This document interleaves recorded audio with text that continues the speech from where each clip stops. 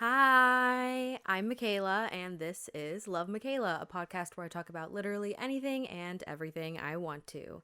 Today, I'm going to be doing another review of a K-drama, and this drama is really special to me, and I actually was just rewatching the first episode to make sure that everything I have in my non-spoiler section isn't not in the first episode, and yeah, we're good. Okay. Oh yeah, I was double checking that, and then as I was watching it, I was like, oh my gosh, I just want to rewatch the series again. Like, I just want to snuggle up and just watch that all over again because it's just so good, and it makes me feel so good. I'll get into it, but the drama. Did I mention the name yet? I don't think I did. So the drama that I'll be talking about today is called Twinkling Watermelon. It's a much newer drama. I was watching it basically I think either right after it finished coming out, or I think we had like 2 episodes left when my mom and I started. My mom and I watched it together. When my mom and I started watching it, and that was like a month-ish ago, or like in the month of November. But it's really recent. Within the last few months, it started and finished. So I'm gonna talk about that. First, I'm just gonna give you a little synopsis. I have my notes here. Don't worry. I'm gonna try and keep this under. I have two. It's mostly two. There's just like a little bit of spillover on this third page of notes, but it's basically 2 pages of notes to get through. So hopefully we can keep it under an hour, but we'll see because I like to talk a lot. Okay, so the synopsis. In 2023, Eun-gyeol is a high schooler with a passion for music. During the day, he is a studious model pupil, but at night, he rocks out as a guitarist in a band. But when he stumbles across a strange yet alluring music store, he goes hurtling back in time to 1995. Here, he comes face to face with his father, Ha Yi-chan, as a high schooler. It looks like Ichan has a crush on an icy cellist named Sekyung, not his future mother Chonga. Trying to ensure that his parents end up together for his own future, Eun-gyeol joins a band fronted by his future father. But will this be enough to help Eun-gyeol bring his future parents together, and will he ever get back to his own time? So that is, I tweaked it very slightly, but that is the synopsis that's included on Viki, which is where I watched this show. I don't remember if it's a Cocoa. I'm sure you can find it other places, but Viki's where I watched it, and that is the synopsis that you'll find on Viki. Basically, word for word, I just adjusted a few bits of it.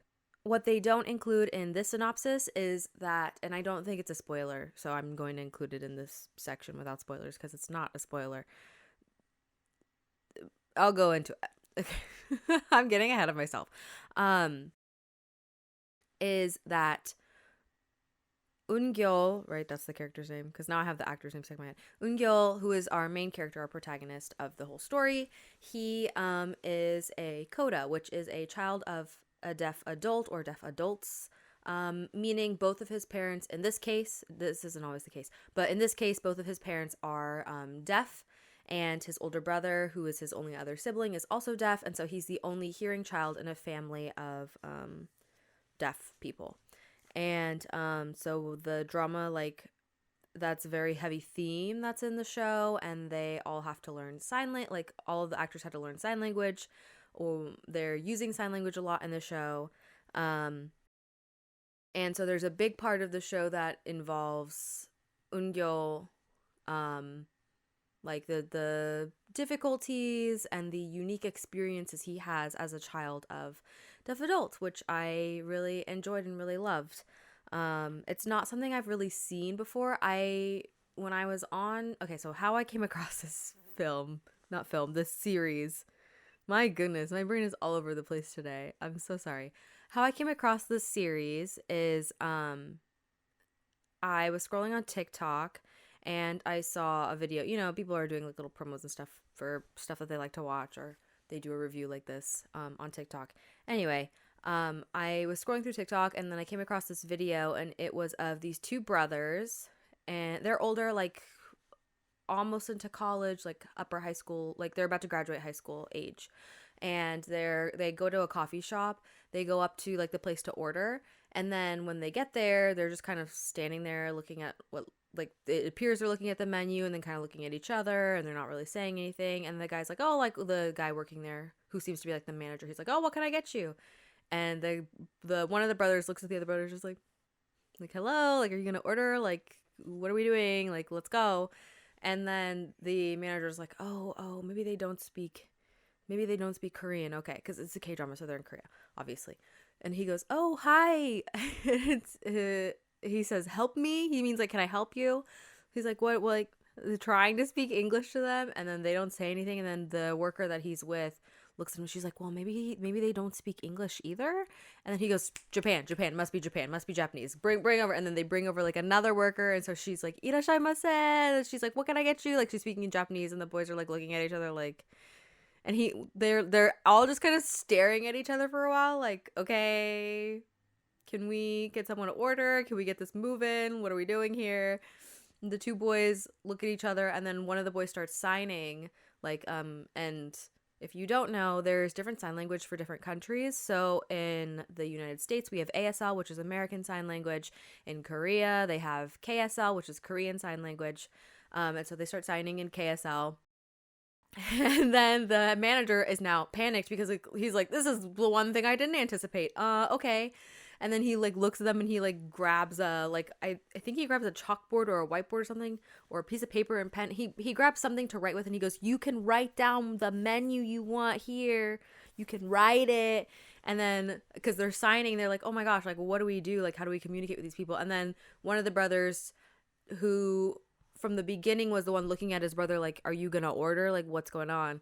That brother turns back to the people working at the coffee shop, and he goes, yeah, can I get a, and then he like rattles off their order like super fast, and they're like, oh, like the workers are like a tizzy because they weren't expecting him to speak.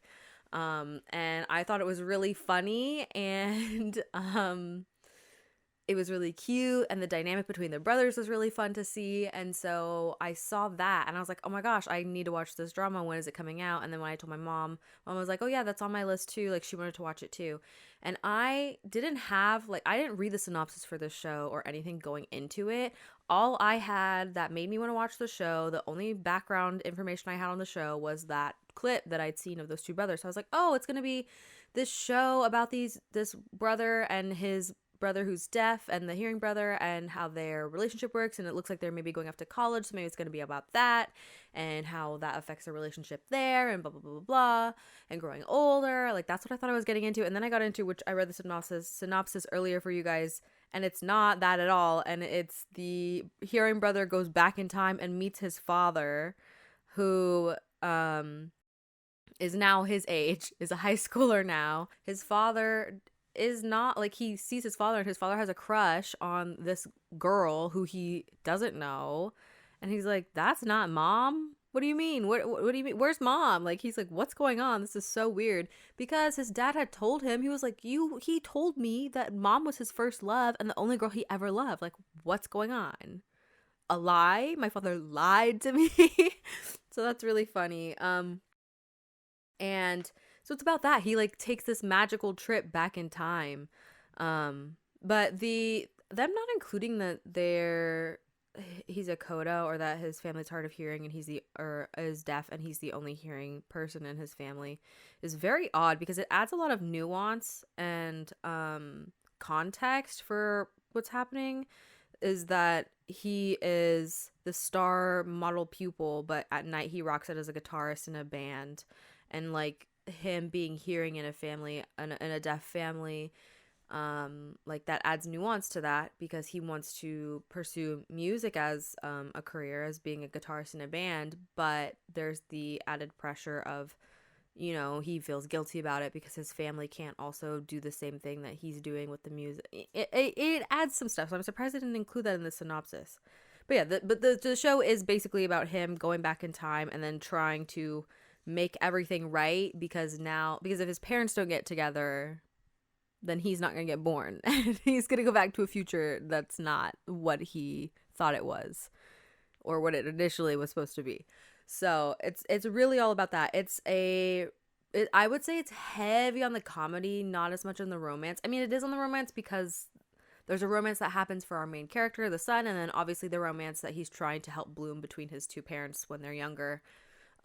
is also a romance, but I would say it's really heavily a comedy and more so about like friendship and family dynamics and also deaf culture and being a hearing child in a family of deaf people. I think that those are kind of more of the heavier things that it focuses on. Heavy comedy though. It's so funny. But it doesn't lack its really emotional moments. I teared up and cried many times during the show. And maybe there's some parts that hit me harder than it would hit most people because of my personal background. But it was still really good, and I think that you'll feel things when you watch this. Okay. What I liked was the actors were really good. Like, they're good actors, you know. And I don't know Korean Sign Language, so I can't say like how good or accurate it was, but hopefully it was good. I tried to do some research to see what people were saying about it, but I couldn't really find anything specifically about the Korean Sign Language and how well it was done.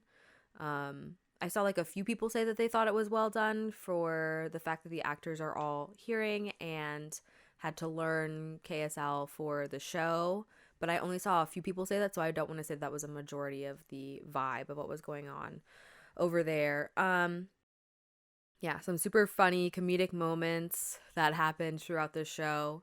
Like from the beginning on, maybe even that very first, because I think that is, I believe, if I'm not incorrect, that very first, what I talked about that is what drew me into the show, is I think the very first scene that you see in the show.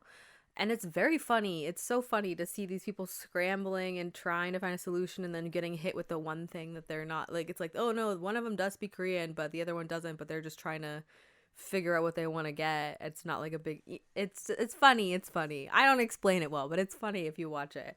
The lead actor in this, Yeon, I think is how you say it. He's amazing, and so is Hyunwook, who is the actor that plays his father, but the younger version of his father when they meet in the past.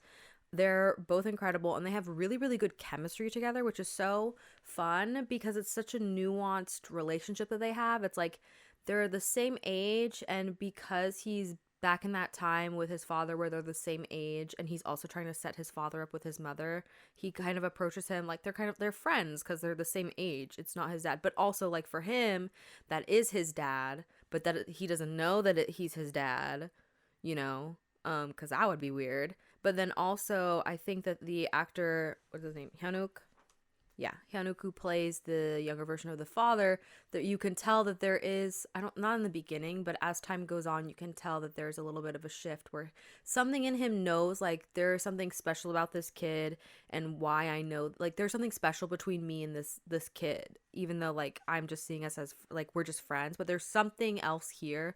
I don't know what it is, but, like, he can feel it, and you can see that play in the way that the actor is acting with that character and that actor are acting with the son, which is very, very impressive, and it's so nuanced and like laid back is not the right word. It's like it's subtle. That's the word I was looking for. It's so subtle as well, but it adds such a beautiful aspect to the performance and makes it just feel that much more real and grounded, and I really, really loved it. They did such a good job with that. And then of course our two leading ladies in this show, Unsu and Ina, they're both amazing actresses. I've loved them both since the first time I saw them act in anything. They're just both really, really incredible, and they do a really, really good job. So like I'm expecting it. Like Ina was in, if you've seen Business Proposal, she is the second female lead. Is that how you would say it? Not in a love triangle way. She's the best friend to the main girl in Business Proposal. She's the one who's with Minkyu, if you know, the guy with the glasses, and the one who's the assistant.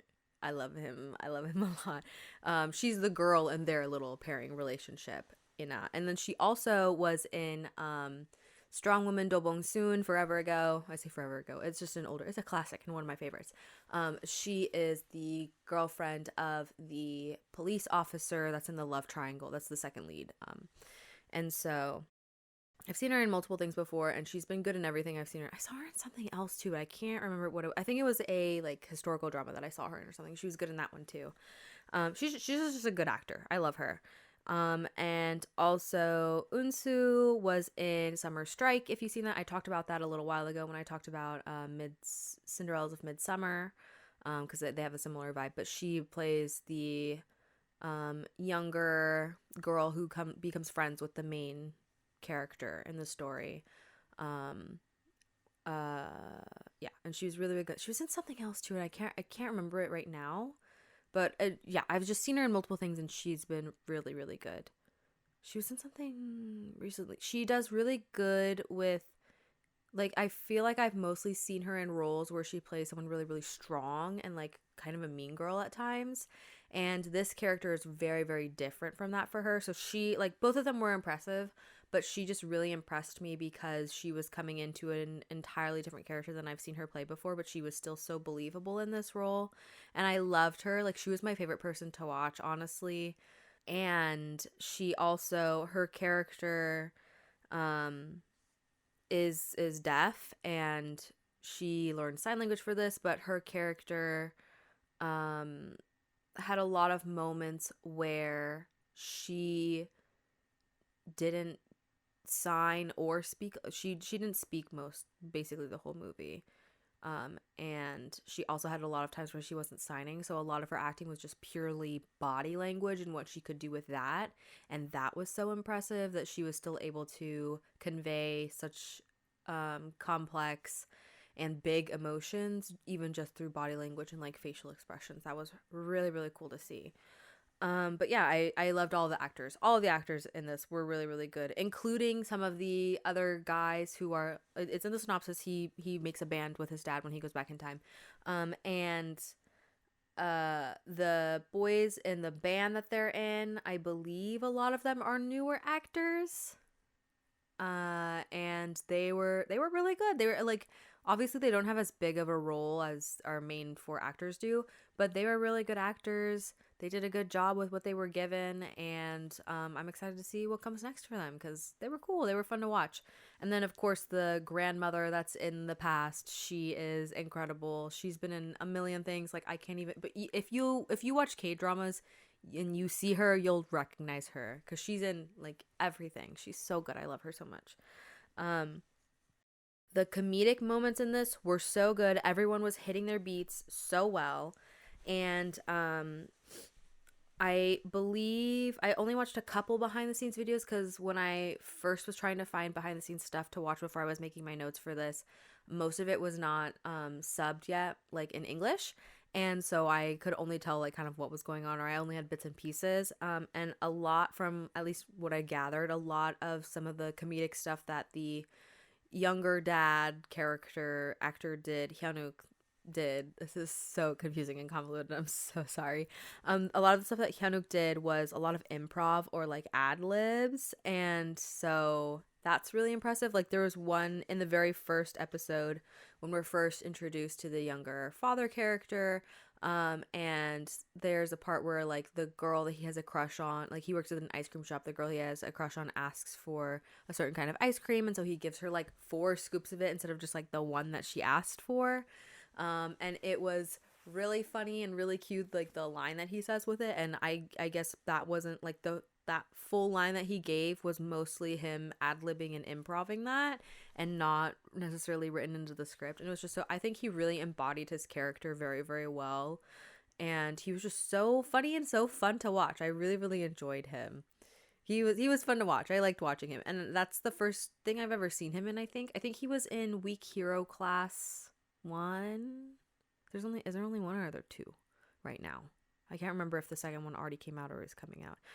I think he's in that, but I haven't watched that. So this is the first time I've seen him acting in anything, and he's really, really good too. So what I didn't like, no spoilers still, the introduction, because this is in the first episode, so it's not anything crazy. The introduction of the young dad in the very beginning of the show, which is in the first episode, it had like no context when it happened. And so because there was no context, that it was a past thing, which I don't know if they did that on purpose to confuse you. I guess maybe they did, but it was like so confusing to the point that I thought he was going to be like the second lead, like in a love triangle. I didn't think it was the dad. I was very confused. Like, I was fully like, oh, we're going to meet this guy. Like, we just met this guy. Cool. We're going to meet him again later. And it's going to be a love triangle thing with him and the main guy or whatever. It wasn't. It was the dad. And it was a flashback to the past, which was so weird. One, because like it was a flashback to the past because it was showing why, like, there's this code word that the family uses that like, oh, there's trouble. And it's the same code word that his friend uses for him. And he has to leave the ice cream shop, his part-time job. Because his grandma is looking for him. They used it as a device to explain why the family still has this code word, and that means, oh, there's trouble, come home, right?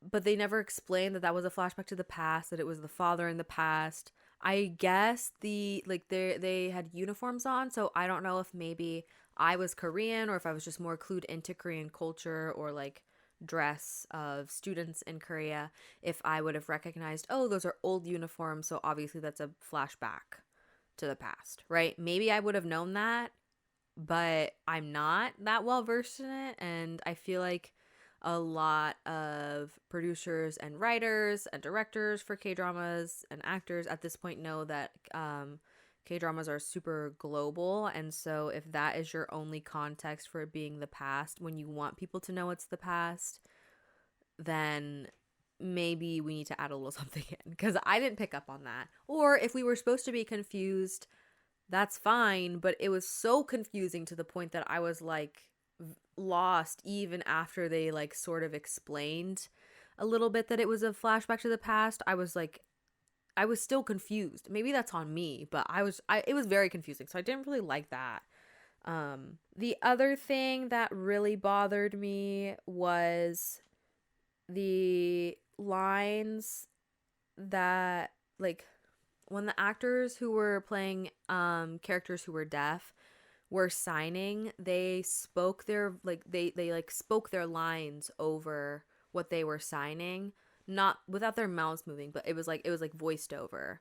So if they were signing something, it would be spoken and you could hear it over the top of that as a voiceover, which I get, but my issue with it is I feel like, and maybe this is just a me thing and me being like, oh, I want it a specific way. Like, obviously, I don't speak, I'm not deaf, lowercase d or capital D. So I don't really have a say in this. This is just my personal opinion as someone who's hearing, but a child of someone who is hard of hearing. So this is just my opinion, but I feel like by doing that, by having the lines spoken over the signing, it kind of takes away from the experience of being someone who is deaf or hard of hearing. I just wish that they hadn't had the spoken lines over the signing. One, because it feels like it takes away from the experience. Like, if you're going to be not even just in the world of like the deaf, capital D, deaf community, but the world of this CODA, who's our main character, he doesn't get to hear his parents or his brother saying the words that they're signing when they're having a conversation, right? In that world, he doesn't hear it. We're only hearing it because we're watching a show. And the people who are deaf don't hear each other saying the words either. And so it just felt like it was kind of inauthentic to the experience of it all. And like it was making things easier for people who are hearing, when that isn't always the case for people who are deaf or hard of hearing. Yes, they should be accommodated as needed, and a lot of the times they will get accommodated, but sometimes it's really hard to fight for it, and sometimes they just don't get accommodated anyway. They're like they just don't. It's not built for them, and so they don't get accommodated because nobody wants to make the effort to do that. So I was like, why are we making this, like, this is a show about being deaf, and so why are we, it felt like we were centering hearing people when we should have been centering deaf people in that experience. But again, that's just my opinion as someone who is not in the capital D deaf community, and especially not the Korean deaf community, but is just adjacent to the capital D deaf community because of my mom, who is hard of hearing. So that's just my opinion. But my other reasoning behind it isn't a representation issue. It is an acting issue, which is, while the actors, like, I will commend the actors. They deserve their flowers. They did a really good job, especially because I believe almost all of them, if not all of them, learned Korean Sign Language, or at least enough Korean Sign Language to do their scenes for this show. Incredible job, really amazing on their part. I'm sure it was a lot of work and it was really, really hard. I can't even imagine doing that at this point. But because they're representing that community, I feel like, at least in my opinion of the father, who is played by the actor who plays the adult father, Chae Won-young. I love him as an actor. He was in Mystic Pop-Up Bar. He's been in a lot of stuff, but Mystic Pop-Up Bar is the one that is like a standout for me, that I loved him. He's an incredible actor. But I felt like while he was doing a very good job still signing and displaying his emotions through his body language and facial expressions, I feel like he could have done better, especially in comparison to the actor playing the older brother and the actress playing the mom.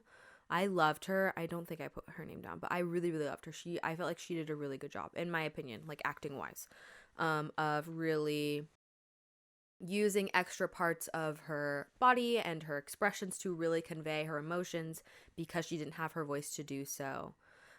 Even though we do get the voiceover, and so we are hearing like the intonations and the nuances of the lines through that, in the moment, right, if you're playing a deaf character, you don't have that luxury of using your voice to help you get across what it is you're trying to get across. You have to rely fully on your body and your physicality. And I feel like the actor who played the father could have done a better job on that. And I think that he was letting his voice and that voiceover do a lot of the heavy lifting for him in the acting department. And so that kind of was a little bit of a letdown. And I think he could have focused more on his expressions and his body language. Which, maybe it was a choice for his specific character because there's some backstory of the character you'll find out. So maybe it makes sense because of that backstory that I'm not going to go into because it's a spoiler. Maybe it makes sense, but just in my opinion, I was like, I feel like he might have been relying on his voice to do a lot of the heavy lifting when his character doesn't have that. And so it didn't feel fair to have that. Like, I feel like you can use it as a crutch as an actor, whereas if you're like, they're told, I'm assuming they were told, oh, we're going to do a voiceover of you doing the lines as well, because they have to go in and record it anyway, so it's not just them signing. But if you like, in real life, deaf people don't have that luxury. Like, they just have to use their physicality and their expressions and their signing to get across what it is they're trying to get across. So I just feel like it acting wise didn't really, there was like a disconnect for me personally. That's just my opinion. Again, I don't represent any community because I'm not even fully immersed in that community. I'm just kind of adjacent to it, so I don't really feel like my opinion is the end all be all of this, but that's just my opinion of it. But acting wise, I do feel like even if I were put in that situation, I feel like I would be using it as a crutch if I was told, oh, you're gonna do a voiceover for it. And so you want to really give it your all, and you don't want to give someone like a crutch to lean on in that situation. But that's just me. My other issue with it, which is something that I saw when I was looking up what people in the Korean capital D deaf community were thinking when this came out, because I was like, how was it received over there? Because it's very new. And honestly, even over here in the US, we don't have a lot of shows about being in the deaf community. Capital D deaf. I'm saying capital D deaf because capital D deaf is the deaf community and the experience of being in the deaf community. And then lowercase d deaf is just the physical condition of being deaf. So that's why I'm specifying. Just know that. I might not specify it all the time, but yeah. Anyway, it's still rare over here as well. And I think I've said this before, but I feel like not just Korea, but a lot of East Asian countries aren't super advanced in terms of how they view people with disabilities, people who are in the deaf community, people who are just different from what, you might consider your normal. I say that with quotes, of course, because nothing's normal. Um, but even here, it's very rare to have shows about people who are deaf and in the deaf community. And so for it to happen over there, I wanted to see how it was received. I was curious about it, because just because I like it doesn't mean it feels like an accurate depiction or accurate representation for people over there. And the one thing that I did see that was a complaint was that they didn't have any actors who were actually deaf playing the roles of characters who were deaf, which honestly is also not always the case for things here. So I can't, like speak down to them or anything about that. You hope that it's accurate and just full representation of something and a community when you have that in the media, but that's not always the case. And I don't know what the acting pool is like over in Korea, so I don't know if maybe maybe they weren't looking, or if maybe they just didn't have the right. I don't know how it was, but it would have been nice to at least have some people who were a part of that community also in the production. And maybe they were in the production like behind the scenes and not in front of the camera. I don't know that, because I don't know, I couldn't find a lot about it. But it would have been nice to have that in front of the camera as well. I think that's just the case for anything when you're representing a marginalized community. It's nice to have someone who's actually a part of that community as part of the face of that when you're making media about it. But that's, again, just my opinion. Just some little things that I didn't like. That is all the spoiler-free stuff. Whoop. That's all the spoiler-free stuff I have, so I'm going to move on to the spoiler section of this. So, if this is interesting to you and you don't want to have anything spoiled, now is the time to click away. Now is the time to turn this off and tune out. You can come back into it after you have seen the show. Spoilers are ahead, so click away now. I'm going to give you like 5 seconds, and then I'm going to start, okay? Cool.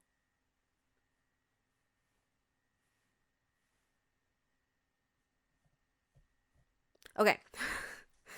You should be gone by now. So, what I liked, spoilers. This I didn't even pick up until I was just rewatching the first episode earlier today. The Eric Clapton song that they use to first have the boy meet the guy who teaches him guitar. I can't remember his name. I don't even know what the song is called. Something about heaven. I really love that song is like a representation of the father and daughter relationship that the guy who teaches him guitar has. I truly, like, I should have realized it earlier, but I didn't. And so it's really cool that I got to recognize that after doing a second watch through. And then also it represents like after he's passed away, and then his relationship with his granddaughter and how that all plays out. Like, that was really, really cool, and just a fun little like Easter egg thing.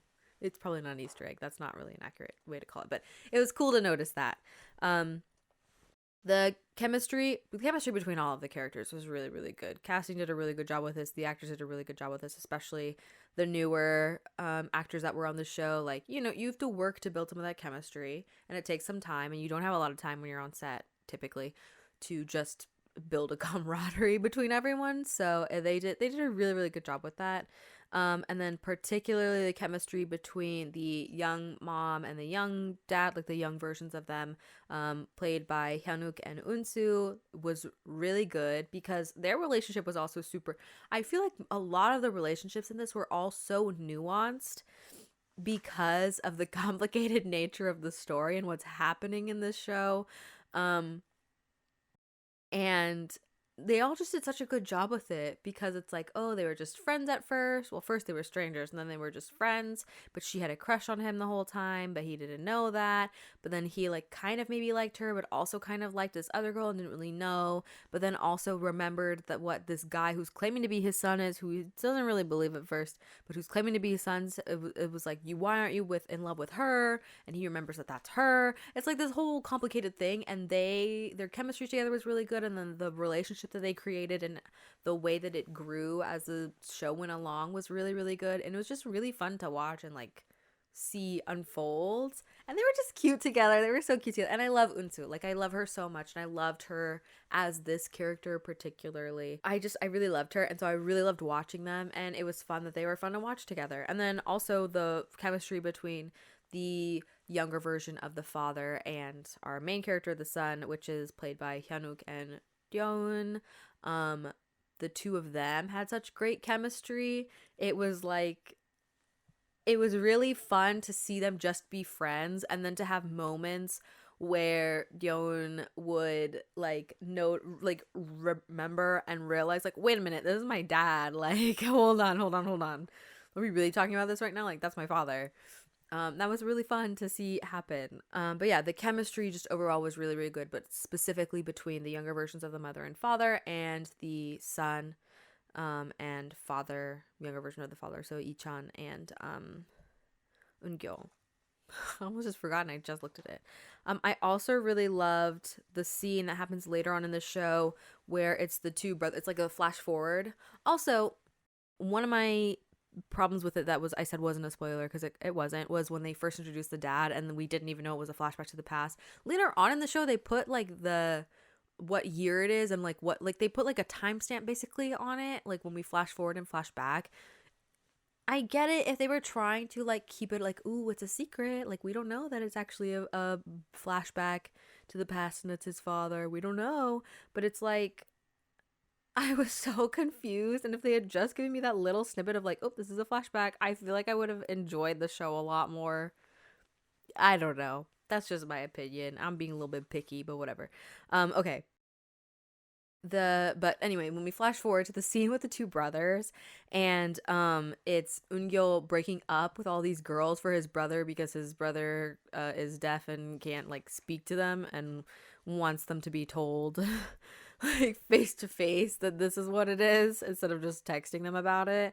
And seeing him break up with multiple girls, one was so funny and so telling about the older brother, and two was just so funny because it showed a lot more of the dynamic between the two of them. And it was also just a good plot device, because we get this little snippet later that, oh, the girl that Eungyeol is falling for is the girl that his brother was really excited about at the beginning of the show. And it shows like, oh, is there going to be an issue between the two of them when it's this girl? And like, are they going to have future problems with them? Is this like a snippet into their further future? You know, like that kind of a thing. And so that was really fun to watch. One, it was a good plot device, and two, it was just like fun to see. I really wish that that was one of the things that I wish. Did I talk about that later? No, I didn't. So I could just say it now. I really wish that we'd seen more of the two brothers interacting, because I thought that their relationship was so fun and interesting to watch. And I would have loved just some more interaction between the two. We get a little bit we get some in the beginning, and then a little bit in the middle, and then a nice little chunk at the very end. But like, I just wish there was a little bit more. I know that it's hard to do because he's in the past with his dad for basically the whole show, but it just would have been nice to see more. I don't know, that's my opinion. Like, I would watch a full spin-off of just the two of them, and what I thought the show was initially gonna be about when I thought it was just gonna be about the two brothers going to college. But I would watch it. I'd watch it personally. I don't know. But it was fun to watch. I liked watching that scene. The timing of the two, which now I have to look at what were their names? Sekyung, but that wasn't her name. I can't remember her name. But Sol, Ina's character, and Yeon's character, the two of them finding out that they were actually both from the future. Because it was perfect. Because if it had gone on any longer, I would have been extremely frustrated and annoyed that they just like didn't know. Whereas with the timing of where they finally were revealed, like where they both find out, oh, we're both from the future, that like I was in suspense up until that moment. But if it had gone past that, I would have just been annoyed. I would have been like, okay, it's time, like they need to know now. Like, it was getting to that point where I was like, are they gonna find out that they're both from the future or not? Because it's getting a little dicey there. But I'm glad that they found out. It just felt like the right time for them to find out about each other. They were both from the future. Yeah, I really liked the timing on that. It was just perfect, so that I didn't get annoyed, but I was still held in suspense. Yes. The fact that he thinks that Eungyeol thinks that she's Sekyung, which is the mother, And then it's the daughter from the future, so they're actually the same age. But the acting that they did for this, but also I think the writing played a really important part in this, of them possibly having, like, him possibly being romantically interested in this woman. Well, it's a girl at the time, but he knows that she's a woman in the future, and like there's a significant age gap if that is the case, but he's like kind of attracted to her.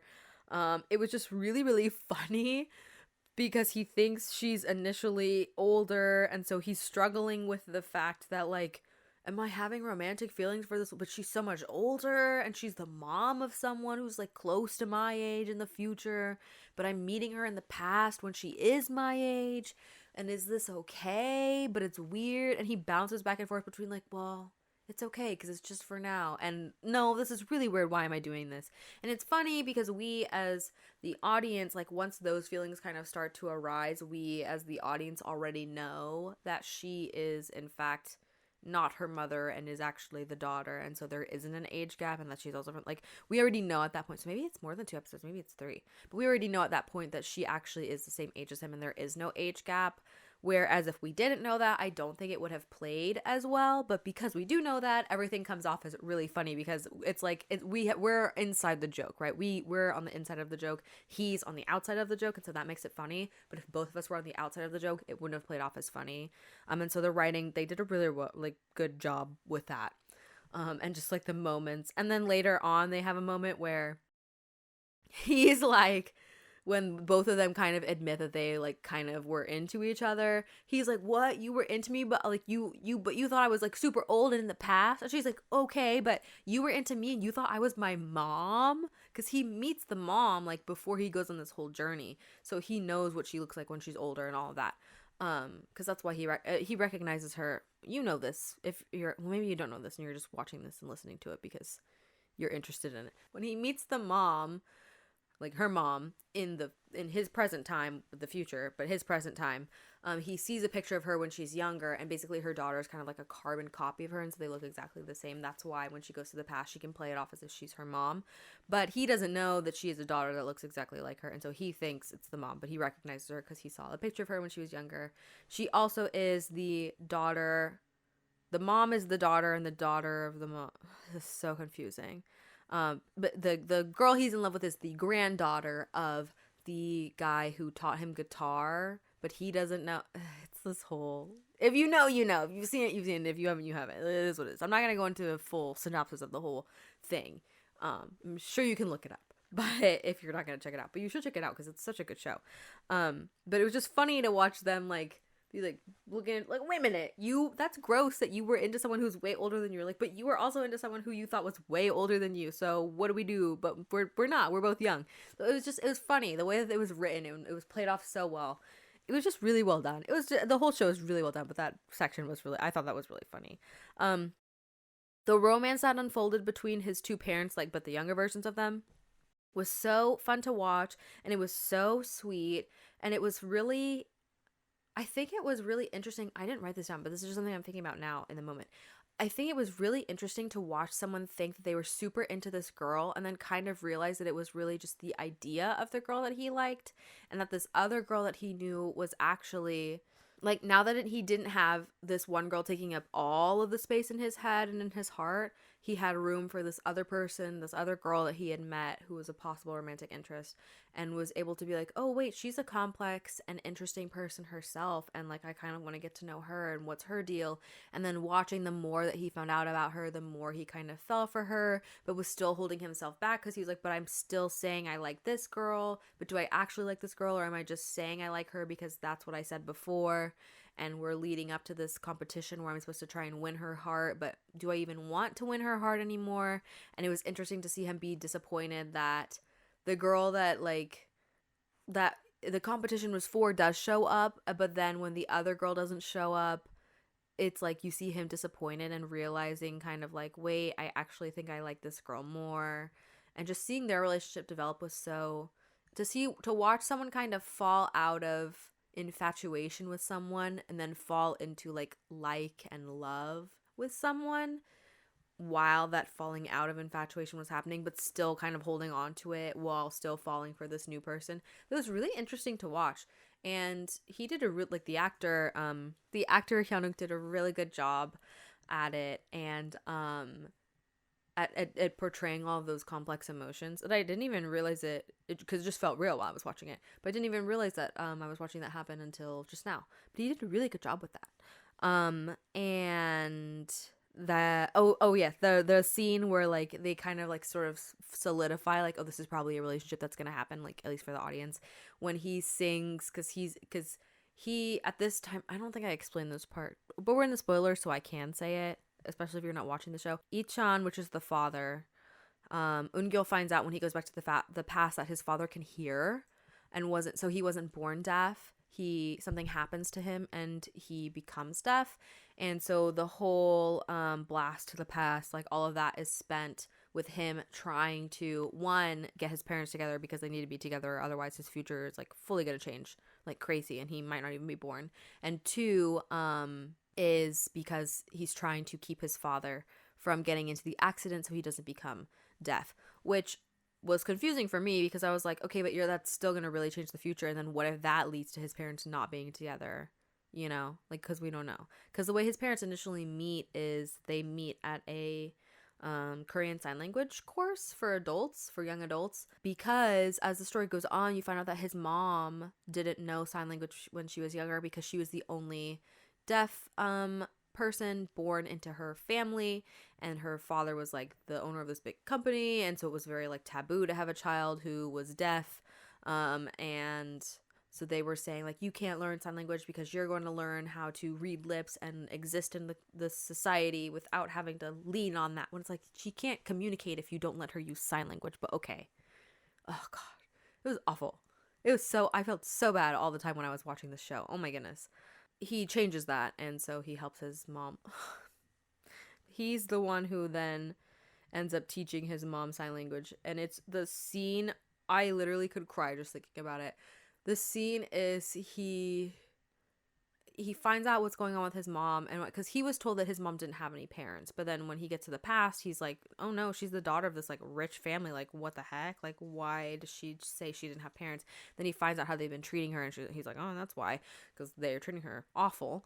And he finds out that they don't want to let her learn sign language, and so she hasn't learned sign language at all, so she can't communicate at all, which is why, to me, when we have the flashbacks to the past, when her character has the voiceovers, it makes sense to me because there's no other way for her to communicate. She's not signing or anything, so we're hearing her voiceover, but the way that we're hearing it is as if it's her thoughts, and so I don't really have any qualms with that being her thing, but I just wish it hadn't been a crutch for all of the actors that sign primarily in the show. But the scene is he meets with her father, which is his grandfather, which is a trip, and meets with him and is like, hey, I want to teach your daughter sign language, she can't communicate. And the father, you find out, like, he is kind of like an absent father, but because he's just working all the time, but he really does care about his daughter, and like he's like, okay, if you can get her to smile, then I'll let you work with her for a month and try and teach her sign language. And he's like, okay.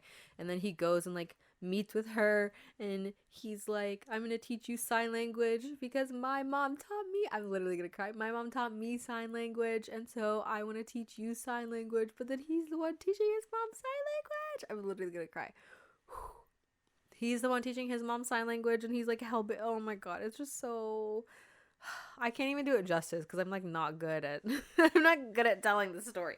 But he teaches her sign language, and it was just really, really good. Anyway, the father then, because he's hearing at the time but is now kind of interested in this girl who's deaf, starts to learn sign language. And so when the moment where it solidifies for the whole audience that, oh, they might actually really be a thing, even though, because he's still, even during this time, is still kind of reaching towards the other girl.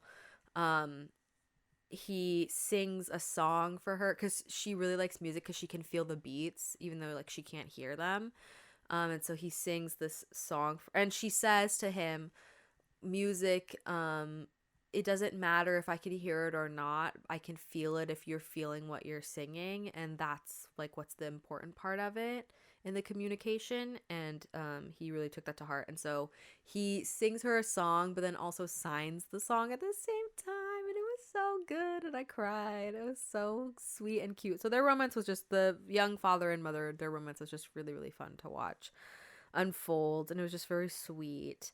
I really loved using the owner of the shop, the magical music shop, to kind of move the story forward and act as sort of like a plot device in keeping things going. It was a very smart choice, and it was very satisfying because while it did leave me on edge a lot of the time, because one, he was just like leaving even the characters on cliffhangers, so we're getting left on cliffhangers, but he was also kind of unreliable. Like, he would say things, but then things would play out a different way or in a way that you weren't expecting, so that made it more like not stressful, but more on the edge of my seat. But I wasn't stressed out to the point where I wasn't enjoying what I was watching, because sometimes you watch a show and it's so stressful, it's to the point where you almost can't enjoy it anymore. And this didn't happen at all for me, because like we were able to be like, okay, but maybe our shop owner can fix this. Even if there was like a moment, like anytime there was a moment where I was like, I don't know if there's like a solution for this, I would think, okay, but maybe the shop owner can fix it.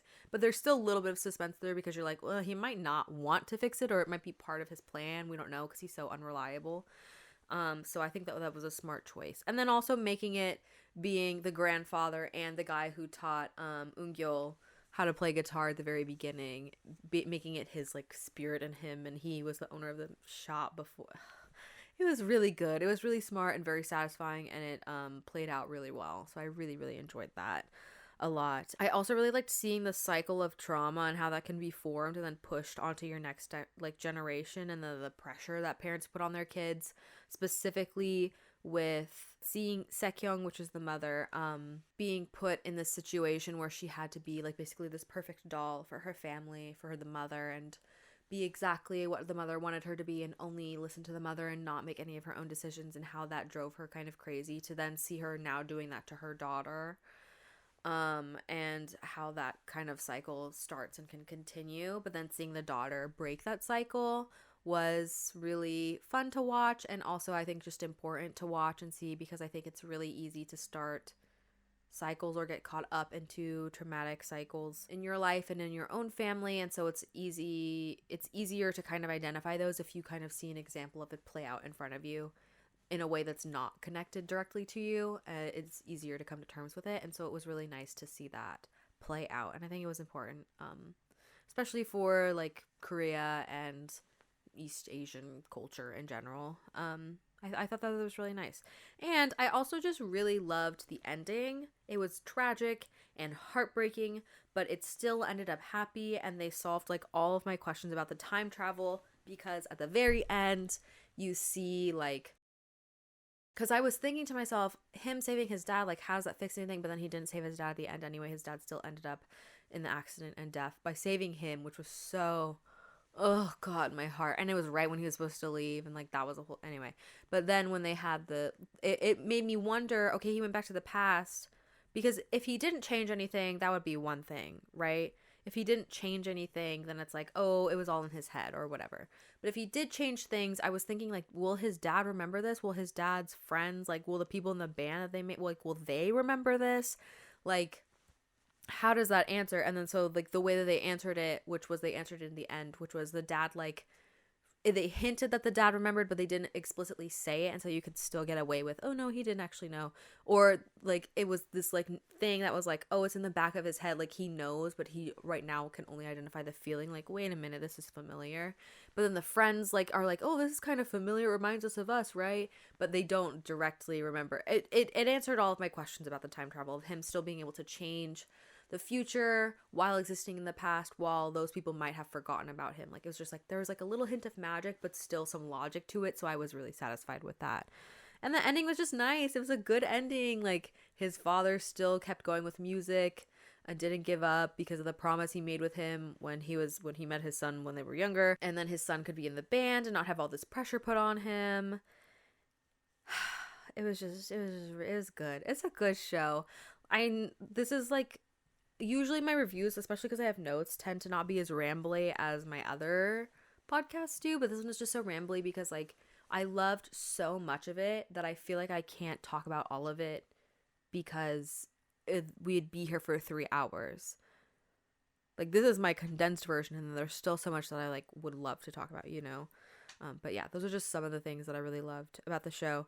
The one thing I didn't really like in the spoiler section is Ina playing Sekyung and also the younger version of the her own daughter, which is so funny and weird but fun. Playing a younger character was like weird to me. I think it's only because I know she's older and only because I've seen her play a lot of roles where she plays older characters. Because she didn't do like a bad job. Like she's very believable as someone who's that age.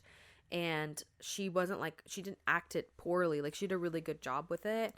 That was like the only thing. I think just because I know that she's older and because I've seen her play older characters, it was just weird. It was a little weird to me to see her playing someone who was this young. I was just like, oh, okay. Like I had to like really suspend my disbelief for that. But she did a really good job. Like this is no, like I didn't have any problems with her acting or anything like that. And she was believable as a younger character. I think it's just because in my head I'm like, I know you're older and I've seen you play older characters. It's just a little weird to me. I didn't talk about this in the previous section when I was talking about stuff I liked, but I should have, but I didn't, but that's fine. So I'm just going to say it now.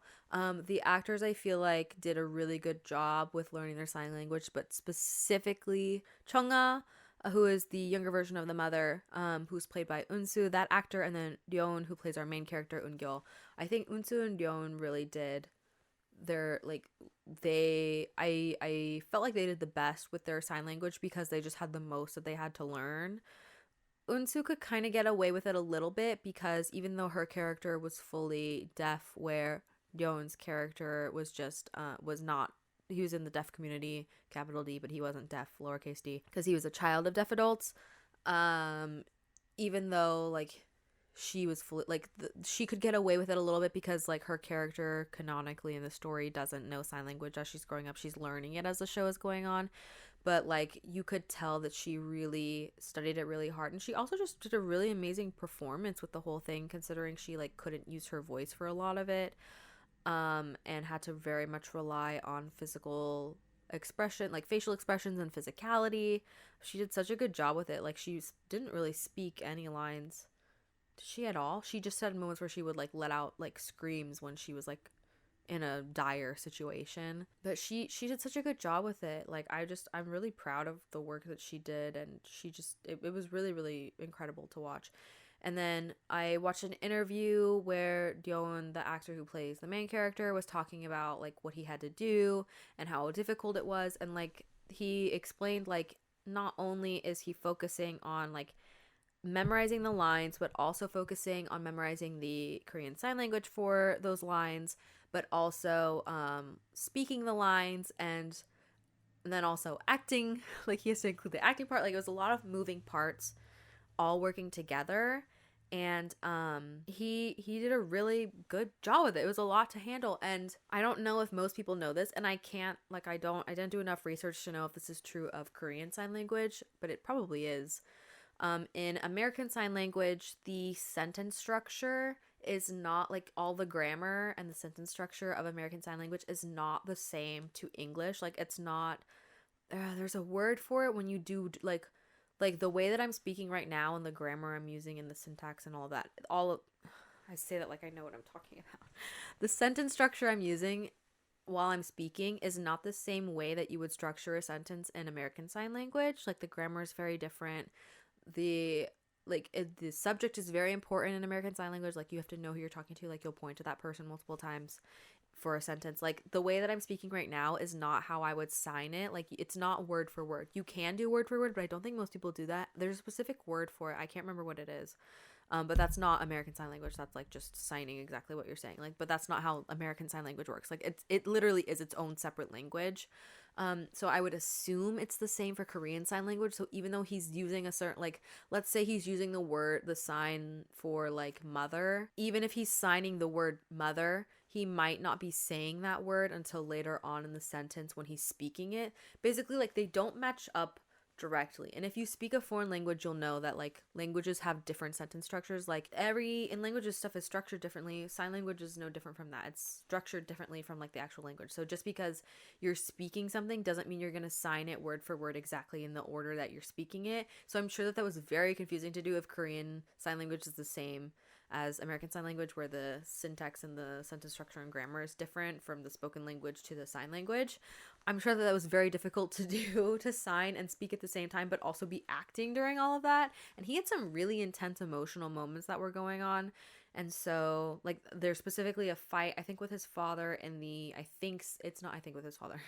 There is a fight with his father, and I think it's in the second episode, where they're arguing about him wanting to be a musician and all this stuff. And he's still able to keep speaking and signing and acting and having this emotional moment and still doing all of that while it's just a lot going on. But he did a really, really good job with it. He handled it very well. And apparently he had just come out of filming his first leading role, which was Secret Romantic Guest House, which I watched. Apparently he had just come off of filming that and then was going into Twinkling Watermelon, which is insane, because for that one he had to do a lot of like physical martial arts sort of training, like stage combat training. And for this one he had to do like all of the studying, and he had to learn how to play guitar. Not like, obviously I'm sure that they had like a double go in and play guitar for him for like certain hard parts. Maybe they didn't, I don't know, but he still had to learn guitar, he had to learn sign language, he had to, he was doing all this stuff, insane, and then acting while he's doing all of that. Like, I can't imagine. He did a really good job. But he, in an interview, was saying like he couldn't just focus on one thing. Like, if he put all of his focus onto making sure the acting performance was really good, then the sign language would be off. And if you put all of his focus into the sign language and making sure he was getting all the signs right. And when you're signing, I'm sure in Korean Sign Language it's similar, because like you can't use your voice to supplement, so you have to use, because even when I'm talking now, right, I'm gesturing, I have some kind of physicality going, I'm making facial expressions, but I'm using my voice to tell a lot of the story. Whereas with sign language, American Sign Language or Korean Sign Language, you have to use all of those things and then the signs to tell a story. So at least I'm sure it's similar in Korean Sign Language, but in American Sign Language, there's certain facial expressions that go with certain signs, or if you do a certain facial expression during a certain sign, it might mean something else, or it like comes off a different way. And so that's really important. But he was like, I couldn't focus just on one or just on the other. I had to kind of give a little bit of both. Otherwise, it was going all into one, and then I would neglect the other thing. So he had to do kind of a balancing act with the acting and the signing, which meant like maybe there were moments where he wasn't fully satisfied with his performance. I don't know. But it was really good in my opinion, and I thought the acting was really well done. Anyway, that was a really long way to just say he did a really good job with a difficult position. And Unsu also did a really good job in her position as well. But everyone did a really good job. Like I said, all the actors were really good in this. So, no more spoilers now. We're all safe. We're good. Okay. I think some of the biggest things in this show were, one of the things is obviously music and then communication, and how both of those things aren't just done through like what you can hear or what you can say or sing. It's really about like what you're feeling and the heart and the emotion behind it all. Like, that is the biggest point of music and the biggest point of communication, because music is a form of communication. Those are the most important thing behind it, is like how you're feeling about it and the emotion you're trying to get across. That's the most important part about communicating and about making music and just making art and telling stories in general. And I thought that was really beautiful that was something they focused on, because it's true. It doesn't really matter, like if you can or can't hear something, or you can or can't see something. Like, the feeling behind it is what's most important. And I just think it's true. I just think that's a true fact. Another thing was seeing your parents as just humans, not only as your parents, like they're indestructible. I think a lot of us, myself included, have a long period of time in their life where they think that their parents are kind of like superhumans, they're indestructible, they know everything, like they can do no wrong. When they make a mistake, it's a really big deal, because you're like, you're a parent, why are you making a mistake? But it's like, as you get older, especially, I think you realize that they're just people. They're also just humans like you, and they don't really know what they're doing exactly either. They're just doing their best with what they have at the moment, and that's kind of all they can do. So they're just people. And I think having Eungil go back in the past and meet his father as someone who's his age, like that really kind of makes that apparent. Like, oh, he's just a dude. Like, he's my dad, but he's just a dude. And also, he can be annoying sometimes, and he gets angry on steps sometimes, and he doesn't always make the right choices sometimes, and he makes mistakes. Like, seeing that, but as someone like if you saw your parents as the same age as you are now, I mean, one, what a trip. But two, you'd be like, oh yeah, like I think it just makes it even more apparent. Like, oh, they're just people, they're just other humans doing their best, and they make mistakes and feel things, you know. I think that's just an important thing to just like remember and recognize, is that like your parents are also just humans too.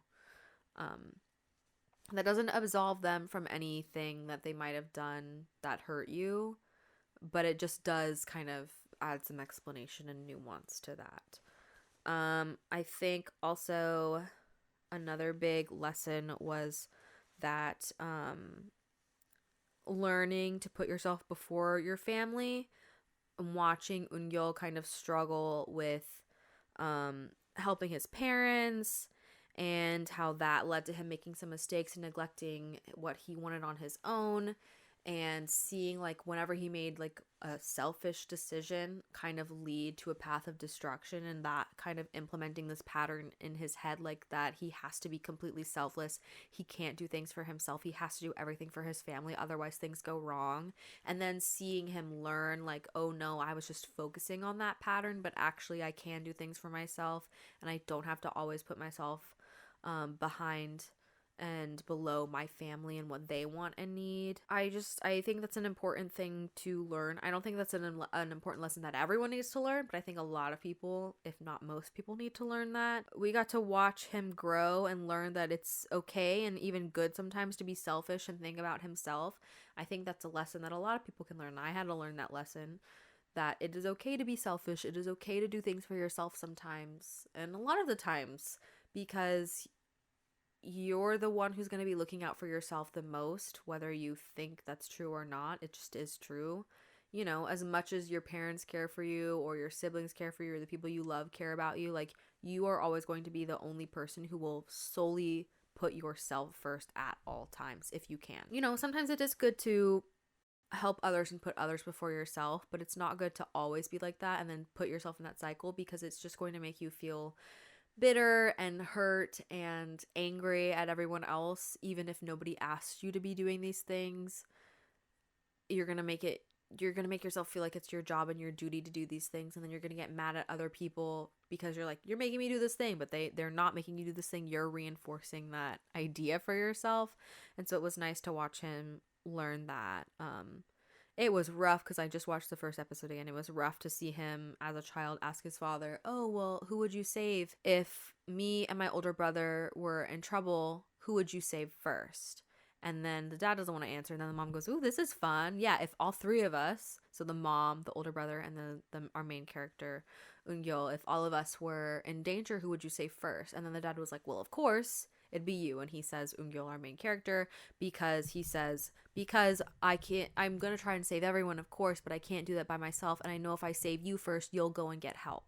And so he carried that burden with him his entire life. One, because like he was told this, and two, because he knows that he is hearing, and so he has a connection to the world that his parents don't. And that's not to say that all people who are deaf and in the deaf capital D community don't have a connection. Like, it is true that they don't have the same connection to the world as hearing people do, but they also have this extra connection with people in their community, in their deaf community, that hearing people don't have. So I'm not trying to say that to diminish anyone or anything. You know, like, I don't have a connection to the deaf community the way that my mom does, and my mom doesn't have the same connection to the hearing world, to the world, that I do. That's not, putting anyone down or saying that one is better than the other. It's just to say that these connections exist and these connections don't exist, and that's just how it is. But for his family and for him, it was like, oh, I have this connection, so I have to make sure that I'm always putting them first, because I'm the only way that they can be connected to the world in this way, because I'm the only one who has that connection. And that was a big burden for him to have to carry. And watching him like still repeatedly make that same mistake in the past, because you as the audience can kind of glean, oh, he was sent back into the past to learn that sometimes he needs to be putting himself first and that he can't always do things for his parents and help them all the time. But for him, his first reaction to be like, oh, obviously the reason I'm sent to the past and my mission here in the past is to save my father, not save him, but to keep my father from getting into the accident and so he doesn't become deaf, and then also to make sure my parents get together because they can't do it on their own. I have to do it for them. To then watch him learn consistently every time he makes the decision to go and help his father, he's lessening his connection with the girl that he likes and ruining his own opportunities in the past. And to see him continuously make that mistake over and over and be like, why is all this bad stuff happening? And then slowly, eventually get to the point where it's like, oh no, I need to let my father do his thing. That was really interesting and fun to watch, and it's easier to see someone learn a lesson that you need to learn when it's not connected to you at all, when it's fiction. And so it's nice that they put that lesson in there, I think. And then this isn't really a lesson, but just something I really loved about the show. I don't personally identify as a CODA, as a child of a deaf adult, because we didn't sign in the house when I was growing up, and my mom never really signed to me, and she isn't deaf lowercase d, but she is hard of hearing, but she is deaf uppercase D in the deaf community. And so even though I don't identify as a CODA, I still felt very seen throughout the show, and I still had a lot of moments, like I said before, that tugged at my heartstrings because of my background and because I have a mother who's hard of hearing. Like one of the funny things that happened was when funny, but also like funny in like a dark comedy kind of way, and this is in the first episode, so not a spoiler, is there's a moment where the family is moving into a new place, and then the landlady is saying like, oh, you know, everyone was against this because, and talking to the little boy who's like basically translating and signing for his family, so they know what the landlady is saying. She's like, you know, everyone in the community was against having a family who was deaf come move in, but you know, I was all for it. I have no problem with people who are deaf or people who have disabilities. You know, I have no problem with that. And then she's like, you know, and I even said like, oh, well, it'll be, she was like, one of the reasons she's like, I convinced everyone like, oh, it'll be great because at least they'll be quiet, you know? And then the little boy looked at her like, are you serious? Like, that's what that's your perk that you're going to try and sell them by?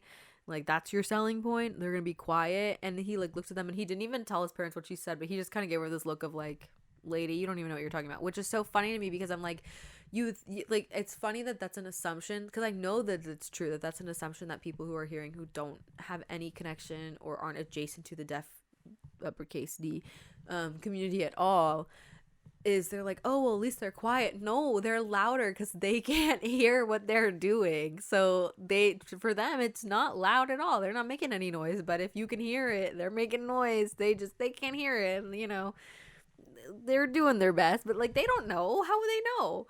Like, my mom will be banging around early in the morning on the, like, with drawers and things and making noise, or she'll, like, scrape something. She doesn't know it makes a noise because she can't hear it. So how would she know? Because she can't hear it. But I can hear it, and it's real loud or really it was just funny to me when people are like, oh, well, if they're deaf, at least they're quiet. It's like, no, they're actually maybe louder because they can't hear the noise they're making. So I thought that was funny. That was something that I was like, oh, yep, I feel that. Or the one that like really like it made me like kind of tear up was when, just because it was like, it's the same. I've had the same moment where I was watching Kubo. Oh, is it 6 strings, 2 strings? I don't remember how many strings it is, but Kubo and the however many strings it is. And it was the first time I felt represented like being Japanese was in this animated film, and it's they're in the middle of their like summer festival season, and it's Obon, and I heard the music that like we always dance to, and I saw the figures doing the dances that I know, and I teared up and I cried a little while watching that, because it was like, oh my gosh, like it was just a moment where I was like, yeah, representation is really important. Like, it's important to feel seen like that.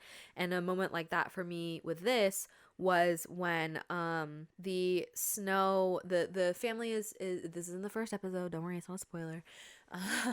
The family is in their first home, and it's like late at night, and there's carolers singing. It's around Christmas time. There's carolers singing, and snow begins to fall, and then the little boy like kind of move, like he's a little boy at the time, but it's Eungyo. We see him move around a little bit, and then kind of get up, and then he goes to the window, and he's like looking out the window, looking at the snow, and you can hear the carolers in the background. And then his mom gets up because she feels that like she can feel his presence, like he was sleeping next to her and he's not there anymore. So she gets up, sees him at the window, joins him. She signs, Merry Christmas, and he's like, Merry Christmas. And she's like, oh, why did you get up? And he's like, oh, I just came up because I knew it was snowing and I wanted to see the snow. And she's like, oh, what made you get up, basically? And he says like, oh, well, I heard the caroler singing and the snow falling. And she went, oh, the snow falling, the snow makes a sound when it falls. And he was like, yeah.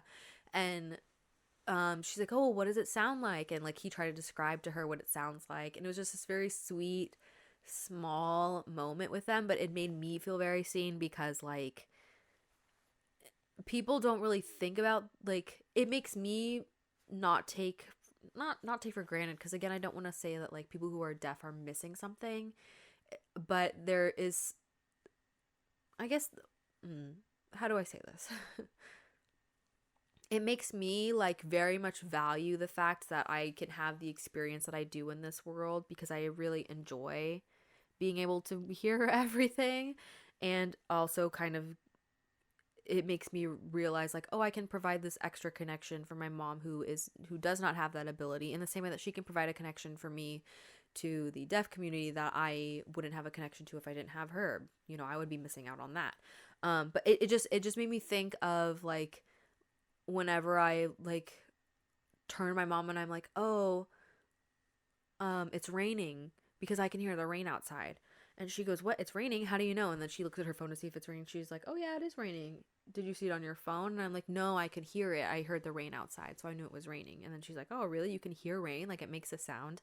Like, I have that distinct memory. And I think it happened pretty recently, like, within the last couple years or so, where she was like, oh, wait, rain makes a sound? Like, she didn't know, because how would she know, right?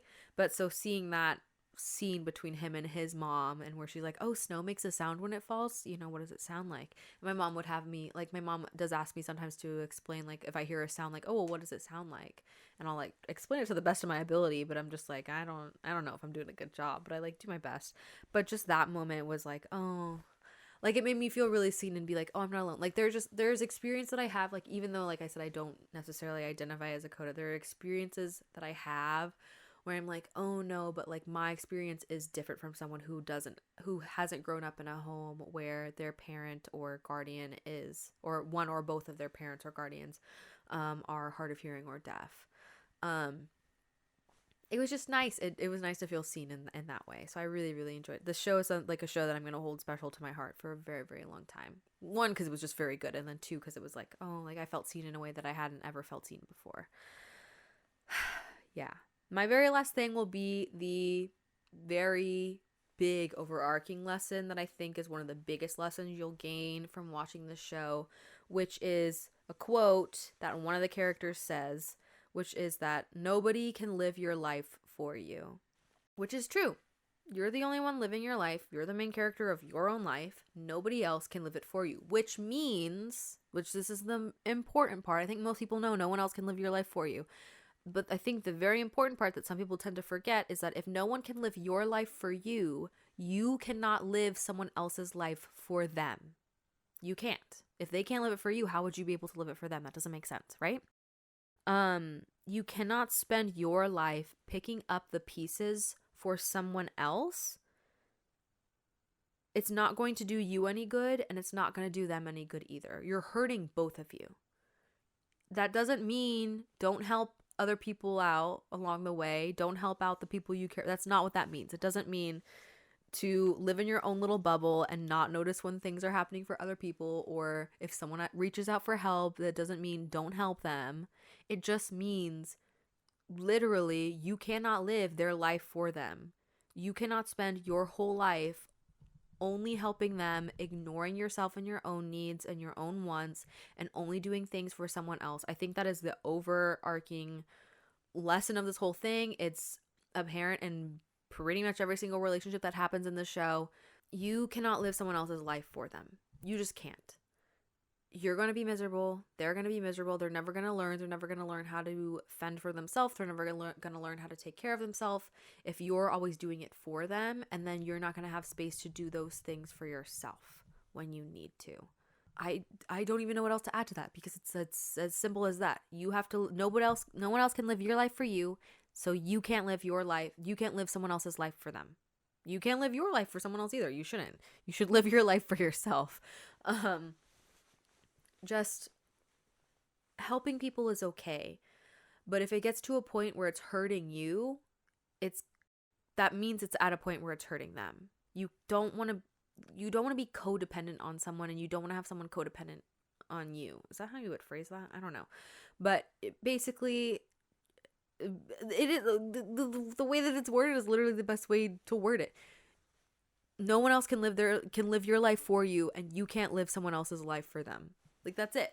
That's just it. That is the biggest lesson of all. So live your life for yourself. Live your life as yourself, as you can, as you should. Do your best. Help others when it is okay for you to do so, as in it's genuinely just helping them, not doing it for them. I think that's the big difference. You're not doing it for them, you're helping them. That's fine. Don't do things for them. Don't live their life for them, right? You can help, but don't do it for them.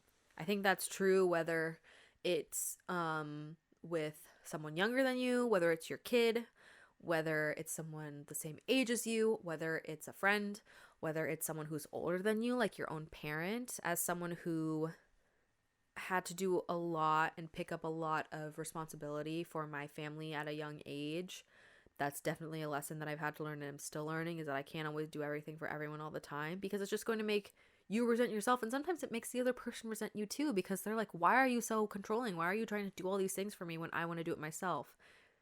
Just because I'm not doing it your way doesn't mean I'm not doing it, right? You don't want to create that situation or that environment for yourself or for the others around you that you care about.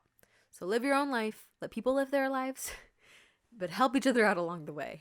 I think that's the only way I can put it. I'm just going to keep rambling if I don't stop now. So if any of this interested you, go and check out the show. Or if you haven't already watched the show and you're like, I'm not sure, it's worth at least watch the first 2 episodes and give it a shot, because it was really good and it's really funny. And if you already watched it, maybe go watch it again. It was really good. I don't think you'll regret watching it again. I'm gonna watch it again. And just, yeah, go check it out if you haven't. Recheck it out if you already have. And thank you for spending this time with me. This is a really long one. This is going to take me so long to edit. It's so long to subtitle, but I'm going to subtitle it because, again, subtitling is important to make things accessible for more people, even if I'm just editing the automatic subtitles. But, whatever little things you can do helps. Anyway, thank you so much for spending this very long time with me, if you stuck it out this long. I hope you have a lovely, wonderful rest of your day, morning, evening, night, week, weekend, whatever, wherever it may be for you. And I will see you next time. Thank you so much. Love, Mikaela. Bye.